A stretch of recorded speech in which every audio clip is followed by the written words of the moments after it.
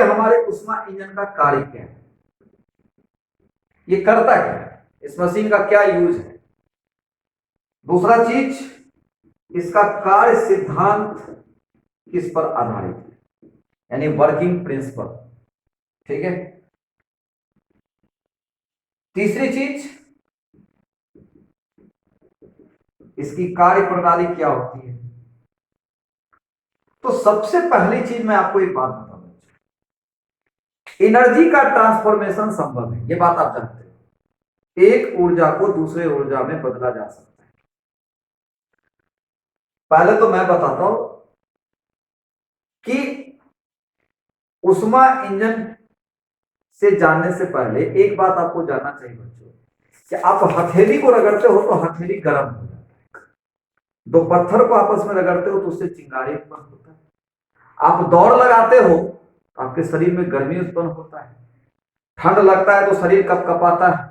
इन सारी स्थितियों में जो गति थी आपके बॉडी की, या जो गति आपने देखा, जो यांत्रिक की स्थिति थी, वो यांत्रिक आपको हीट प्रोड्यूस कर रहा था, उष्मा दे रहा था। ऐसे ही कुछ घटनाओं में अब देखो, वहां पे आपने देखा कि यांत्रिक ऊर्जा उष्मा में बदल रखा है। ये हमारा उष्मा इंजन एक वैसा मशीन है जो बच्चों उष्मीय ऊर्जा को, हीट एनर्जी को कन्वर्ट करता है, heat energy into mechanical energy. यानी उष्मा इंजन एक ऐसी मशीन है जो उष्मीय ऊर्जा को यांत्रिक ऊर्जा में तब्दील करती है। तब्दील करने का मतलब परिवर्तित करती है। बच्चों, अब प्रश्न उठता है कि इसका कार्य सिद्धांत किस पर आधारित है। अब मैंने बताया, ये उष्मीय ऊर्जा को यांत्रिक ऊर्जा में बदलती है, यानी उष्मा को मोशन प्रोवाइड करती है। एम से मैकेनिकल, एम से मोशन, हीट लेगा और मोशन प्रोवाइड करेगा। और उदाहरण बताने की कोई जरूरत नहीं है बच्चों, आपने जितना भी देखा है कोयले से चलने वाला इंजन या वाष्प इंजन, ये सभी के सभी हीट इंजन के ही एग्जांपल्स हैं, बताने की कोई जरूरत नहीं। बात आती है कि इसका वर्किंग प्रिंसिपल किस पे, इसका वर्किंग प्रिंसिपल किस पे आधारित होता है। तो वर्किंग प्रिंसिपल इसका बेस्ड होता है second law of thermodynamics. Second law of thermodynamics, उष्मा गतिकी के द्वितीय नियम। अब प्रश्न उठता है कि उष्मा गतिकी का द्वितीय नियम है क्या। तो बच्चों एक बात आपको बताता हूं, इसको प्रैक्टिकल लैंग्वेज में, प्रैक्टिकल नॉलेज के आधार पर समझिए। आपने बच्चे अपने मकान के छत पे देखा होगा कि वाटर टैंक लगा है, और उस वाटर टैंक में भरे हुए जल को आदमी नीचे की ओर लाने के लिए हर जगह नलकूप का इस्तेमाल करते हैं। ऊपर के जल को नीचे तक लाने के लिए बच्चों हम लोग किसी तरह के मोटर का इस्तेमाल नहीं करते। इसका मतलब हुआ कि जल का प्रवाह उच्च स्तर से निम्न स्तर की ओर स्वतः होता है। लेकिन नीचे जो हमारे जल होते हैं, धरती के अंदर जो जल होते हैं, उससे पानी को रिस करके ऊपर तक ले जाने के लिए बच्चों क्या आप लोग मोटर का इस्तेमाल करते हो? जरूर करते हैं। इसका मतलब है कि नीचे निम्न स्तर से उच्च स्तर की ओर पानी का प्रवाह कराने के लिए मोटर का लगाना अनिवार्य होता है, अर्थात बाह्य कार्य का कराना अनिवार्य होता है। ऐसी ही बातें हमारे लिए इस हीट में काम करती है। उच्च ताप से निम्न ताप की ओर उष्मा का प्रवाह स्वतः होता है, जबकि निम्न ताप से उच्च ताप की ओर कार्य कराने के लिए, उष्मा को खींचने के लिए बाह्य कार्य का कराना अति आवश्यक होता है। तो इस स्टेटमेंट को मेरे प्यारे बच्चों आप कितने पार्ट में बांटोगे? दो। पहला पार्ट जहां हाई टू लो काम किया, दूसरा जहां लो टू हाई काम किया।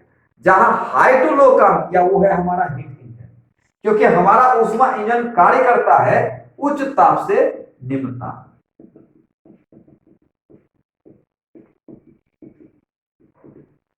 क्योंकि हमारा उष्मा इंजन काम करता है high temperature to low temperature. लेकिन इसके बाद जस्ट अगर आप जाते हो तो low temperature to high temperature काम करने वाला मशीन हमारे लिए है रेफ्रिजरेटर, जिसको आप फ्रिज या प्रशीतक कहते हैं। उसके बारे में भी हम लोग आगे बढ़ेंगे।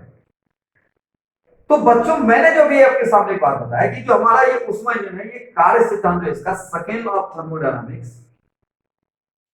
ये जो इसका जो कार्य सिद्धांत है, ये उष्मा गतिकी के द्वितीय नियम पर आधारित है।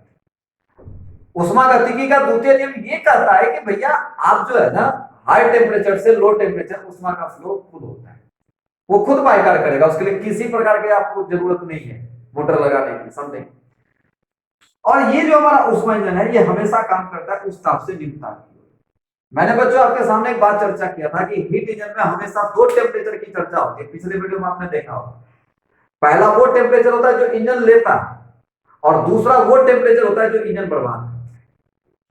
तो आज हमारे सामने तो सबसे पहले तो आप एक बात जानो कि ऊष्मा इंजन कार्य क्या करता है, ये हीट एनर्जी को कन्वर्ट करता है मैकेनिकल एनर्जी में। इसका वर्किंग प्रिंसिपल किस पर आधारित है, सेकंड लॉ ऑफ थर्मोडायनामिक्स पर।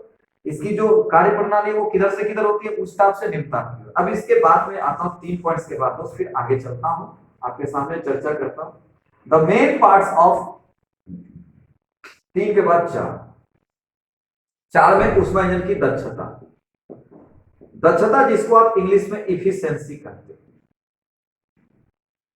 बड़े दोस्त, इफिशिएंसी को अलग अलग पदों में मापा जा सकता है, अलग अलग टर्मों में देखा जा सकता है। किस टर्म में आप इफिशिएंसी मापना चाहते हो? फोर्स के रूप में भी इफिशिएंसी देख सकते हो, पावर के रूप में भी इफिशिएंसी देख सकते हो। इफिशिएंसी है क्या? जैसा इनपुट वैसा आउटपुट, जिस रूप में आप डालोगे उसी रूप में ना आपको निर्गत हो। और हमारे हीट इंजन का काम होता है एनर्जी को कन्वर्ट करता है, ये एनर्जी को ट्रांसफॉर्म करता है, बदलता है। इसलिए हमारे इस हीट इंजन की इफिशिएंसी एनर्जी के रूप में मेजर की जाएगी। और मेजर करने का मतलब क्या होता है, आउटपुट ऊपर और इनपुट नीचे। आज आप एक चीज देखते हो कि आप एग्जाम देते हो, टीचर देते हैं 70/100, 100 नंबर का प्रश्न दिया गया तो आपने लाया कितना, 70 नंबर। आउटपुट इफिशियंसी में आउटपुट हमेशा ऊपर रहता है, इनपुट नीचे रहता है, ये बात हमेशा याद रखना। लेकिन एक इंजन, हमारे इस ऊष्मा इंजन का जो काम है ये एनर्जी को कन्वर्ट करता है, इसलिए इसकी इफिशियंसी एनर्जी के रूप में देखी जाएगी। और एनर्जी का मतलब वर्क होता है, तो वर्क आउटपुट बटा वर्क इनपुट, इसी को बोला जाता है निर्गत कार्य बटा निवेशी कार्य। ये था हमारे सामने चौथा पॉइंट। इस चौथे पॉइंट्स के बाद बच्चे चलते हैं 5वें पॉइंट्स। इस चौथे पॉइंट्स के बाद 5वें पॉइंट पे चलते हैं। 5वें पॉइंट्स में हमारा डिस्कशन किस पॉइंट पे होगा कि हमारे main parts of heat engine, main parts of heat engine मतलब हमारे ऊष्मा इंजन के मुख्य भाग कौन कौन से हैं। तो मेन पार्ट्स की बात करा जाए मेरे दोस्त, ऊष्मा इंजन के मुख्य भाग तो 3 होते हैं। पहला स्रोत, दूसरा सिंक और तीसरा कार्यशील भाग। 3 पार्ट्स होते हैं हमारे उसमें। स्रोत ये उच्च ताप वाला भाग होता है, और सिंक ये निम्न ताप वाला भाग होता है। स्रोत का ताप उच्च होने के कारण मान लेते हैं कि हमारा इंजन इससे ऊष्मा खींचा, कितना खींचा, Q1। लेकिन दुनिया में कोई मशीन 100% आइडियल नहीं है दोस्त, बस आइडियल लगा दिया जाता है। स्रोत का ताप T1 होने के कारण हमारा इंजन इससे ऊष्मा खींचा कितना, Q1, लेकिन ये इसका 100% यूज नहीं करेगा, कुछ ना कुछ तो बर्बाद करेगा। तो ये बर्बाद कहां करेगा, सिंक में। मान लेते हैं Q2 बर्बाद। अब ये जहां बर्बाद किया वही आपके लिए Q2। अब मान लेते हैं दोस्त, एक बात तो हमेशा तय है कि 100 नंबर अगर आपको अगर 100 रुपया दिया जाए तो आप 110 रुपया तो नहीं खो सकते हैं।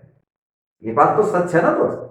आप जो खो सकते हो अधिक से अधिक 100 रुपया ही खो सकते हैं। तो ये Q1 लिया तो ये Q1 तो लॉस नहीं करेगा, Q1 से कम ही करेगा। तो Q2 जो होगा वो Q1 से कम होगा। इसलिए मैंने यहां पर से बोला कि T2 T1 से कम है। फिर से आपको बता दें कि ऊष्मा इंजन में 3 भाग होते हैं, एक स्रोत होता है, एक सिंक होता है, कार्यशील भाग होता है। स्रोत उच्च ताप वाला भाग होता है जहां से इंजन ऊष्मा को खींचता है, और सिंक निम्न ताप वाला भाग होता है जहां पे इंजन ऊष्मा को बर्बाद करता है, निरस्त करता है, एग्जॉस्ट करता है। इस स्रोत का ताप T1 होने के कारण हमारा इंजन इससे ऊष्मा खींचा कितना, Q1, लेकिन ये इसका 100% यूज न कर करके ये कुछ ना कुछ बर्बाद करेगा, और जहां भी ये बर्बाद किया उसी को सिंक कहे, Q1 Q2। अब मेरे दोस्त एक बात आप मुझे जरा बताओ कि आपको 100 रुपया मैं देता हूं और आप 10 रुपया बर्बाद कर देते हो, तो आपको इसका मतलब बाहर में कितना काम किया, 100 में से 10 को। 100 रुपया मैंने आपको दिया, आपने 10 रुपया खो दिया, यानी आप कितना का यूज कर सकते हैं, 90 रुपए का। तो जनरली अगर आउटपुट की बात किया जाए तो मैंने यहां से Q1 दिया, Q2 बर्बाद किया, तो आउटपुट होगा Q1 माइनस Q2।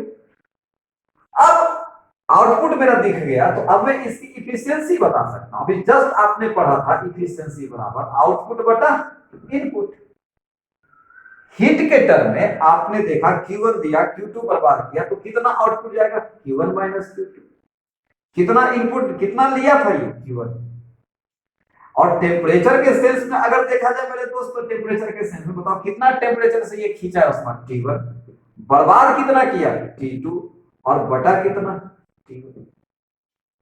अब इसी चीज को अगर आप तोड़ करके लिखो मेरे दोस्तों, अलग अलग a माइनस बी बटा सी हो तो a by C minus B by C, तो इसको तोड़ करके अगर लिखते हो तो बच्चा ये यहां से 1 माइनस Q2 बटा Q1, और इसको तोड़ के लिखते हो तो 1 माइनस T2 बटा T1। ये हमारे हीट इंजन की इफिशियंसी हो गई, जो हमारे लिए पॉइंट नंबर बच्चे 5 थे। 5वें पॉइंट्स के बाद अब हम चलते हैं छठे पॉइंट पे डिस्कस करते हैं। छठे पॉइंट्स में हमारा डिस्कशन किस पॉइंट पे है, सुनिएगा कि हमारे उष्मा इंजन की इफिशियंसी एक को आप 100% बोल सकते हो। हमारे उष्मा इंजन की इफिशियंसी एक यानी 100% हो जाएगी कब? जब आउटपुट बराबर इनपुट हो जाएगा तब, पहली चीज। और आप मुझे जरा बताओ, चूंकि वह ईटा बराबर पढ़ा है 1 माइनस T2 बटा T1, यहां से ईटा का मान 1 होगा कब? जब T2 बटा T1 आपका 0 हो जाएगा तब। और ये संभव है कब? जब T2 आपका 0 केल्विन हो जाए। ये बहुत बड़ी बात है कि ये जो T2 है केल्विन में। एक बात आपको याद रखना चाहिए बच्चों कि टेम्परेचर हमेशा केल्विन में होना चाहिए। कभी कभी आपको ये बहुत ज्यादा प्रश्न पूछे जाते हैं एग्जाम, 0 डिग्री सेंटीग्रेड देगा, 0 ड्यूमर दे देगा, 0 फारेनहाइट देगा, यहां से टेम्परेचर आपका क्या होना चाहिए? केल्विन में, 0 केल्विन। और यहां से जो आपका T1 है ये आपका इनफाइनाइट है। ये हो गया T2 0 केल्विन, और ये हो गया T1 आपका इनफाइनाइट केल्विन। अब मेरे प्यारे बच्चों, कल के दिन आपसे क्वेश्चन क्या दे देगा? उष्मा इंजन की दक्षता 1 अर्थात 100% होने के लिए बताइए मोड़ी का ताप क्या होना चाहिए? मोड़ी जिसको आप T2 बोलते हो, बार बार मोड़ी का ताप क्या होना चाहिए? तो 0 केल्विन। उष्मा इंजन की दक्षता 1 होगी कब? जब आउटपुट इनपुट दोनों आपस में बराबर होगा तब। क्वेश्चन कुछ भी कर सकता है। उष्मा इंजन बताइए किधर से किधर काम करता है? हाई टेम्परेचर से लो टेम्परेचर, या लो टेम्परेचर से हाई टेम्परेचर, किधर से काम करता है? तो आपको बताना है। उष्मा इंजन किस सिद्धांत पे काम करता है? उष्मा गतिकी के किस प्रिंसिपल पे काम करता है? ये छठे पॉइंट है। छठे पॉइंट के बाद दोस्त अब चलते हैं 7वें पॉइंट में। 7वें पॉइंट में जब हम चलते हैं तो आज कल के दिन आपसे पूछे कि इफिशियंसी किस चीज पे डिपेंड करती है, तो आप मुझे जरा बताओ इफिशियंसी किस चीज पे डिपेंड करती है। तो जब आप इफिशियंसी निकालने जाओगे तो आप इतना देखोगे ना कितना लिया कितना बर्बाद किया। दैट मींस कहने का मतलब है 1 माइनस T2 बटा T1, चूंकि तुमने पढ़ा है। तो कल के दिन अगर तुमको ये पता ना हो कि T2 क्या होगा, T1 क्या होगा, अलग अलग सेंस, वर्क आउटपुट पर, वर्क इनपुट पर एफिशिएंसी डिपेंड करेगा, T2 पर और T1 पर डिपेंड करेगा, Q2 पर और Q1 पर डिपेंड करेगा, कितना लिया कितना बर्बाद किया, अलग अलग सेंस में दोस्तों। ये हमारी एफिशिएंसी हो गई। ये 7वां पॉइंट हुआ हमारे उष्मा इंजन को लेकर के। अब मेरे प्यारे बच्चों, इस 7 पॉइंट्स के बाद 8वें पॉइंट्स में चलते हैं। तो 8वें पॉइंट्स में हम पढ़ते हैं कि हमारे उष्मा इंजन का जो उष्मा इंजन को लेकर के कि उष्मा इंजन कितने प्रकार के होते हैं, कार्नोट इंजन क्या होता है, और अलग अलग इंजनों का